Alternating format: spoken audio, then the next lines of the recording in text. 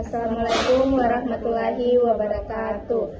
Baiklah, perkenalkan saya Kuila Fadila sebagai konselor dan di samping saya ada Mustafira sebagai konseli. Di sini kita akan mempraktikkan bagaimana keterampilan attending, mempersonalisasi, mengeksplorasi masalah, mengembangkan inisiatif dan mengakhiri konseling. Selamat menonton. Selamat datang Vira. Terima kasih sudah hadir hari ini. Jadi Ibu bisa mendengarkan keluh kesahnya Vira. Vira bisa cerita. Iya Ibu, terima kasih banyak sudah memberikan saya kesempatan dan ruang untuk bercerita. Jadi saat ini saya sedang mengalami kesulitan dalam memanajemen waktu Ibu, terutama di saat-saat deadline ujian akhir semester seperti saat ini.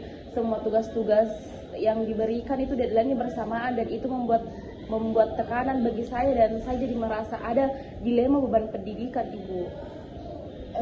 Jadi begitu. Jadi ceritanya Vira ini tengah mengalami kesulitan manajemen waktu gara-gara tugas berdekatan semuanya. Iya Ibu, betul. Jadi dorongan apa yang membuat Vira merasakan tekanan hal tersebut, karena apa? Karena kalau tidak segera saya kerjakan sama tugas-tugas yang diberikan secara langsung, itu saya berpikir berkepanjangan Ibu. Saya takut kalau ini akan lewat deadline-nya. Jadi Vira merasa takut, cemas apabila hal tersebut tidak dikerjakan dan tugas-tugas Vira menumpuk. Coba bayangkan satu momen Vira ketika tugasnya Vira menumpuk dan Vira kewalahan. Apa yang bisa terjadi? Itu pasti akan ada tekanan batin yang hebat yang saya rasakan Ibu, dan pasti saya akan sangat kewalahan untuk menyelesaikan itu semua dalam satu waktu. Jadi kapan Vira mulai merasakan hal tersebut? Kapan Vira mulai merasa cemas ketika Vira tidak mengerjakan tugas secara cepat? Di semester ini saya mulai merasa cemas itu ketika memasuki jadwal ujian tengah semester Ibu, karena di situ kan tugas langsung diberikan dalam satu waktu yang bersamaan dan deadline-nya juga dekat-dekatan. Jadi dari situ saya mulai merasa cemas dan tidak bisa memanage waktu dengan baik Ibu.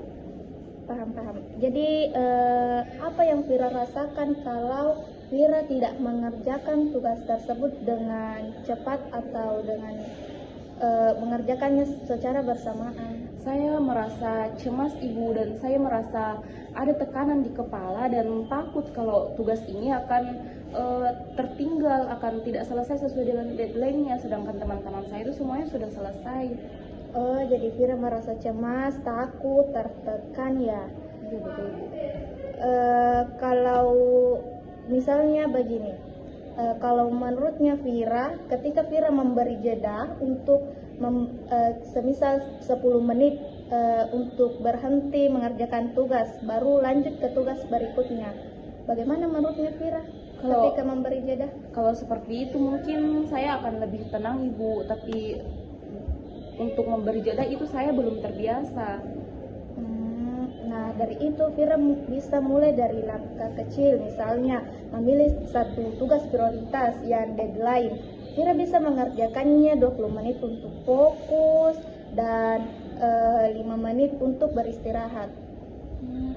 Betul Ibu, saya rasa dengan begitu saya bisa lebih terarah dan bisa lebih teratur Ibu.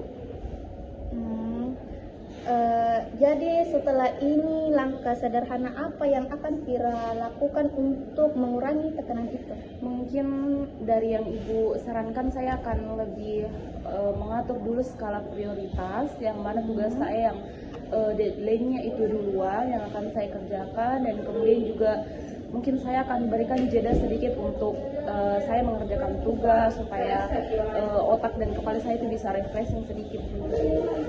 Ya, sebelum kita mengakhiri sesi hari ini, saya bisa coba merangkum ya apa yang Vira ceritakan. Jadi Vira ini merasa tertekan jika tidak mengerjakan tugas secara cepat, apalagi tugasnya Vira ini menumpuk. Oh iya, Ibu lupa, ketika Vira apakah ada gejala yang Vira rasakan ketika hal tersebut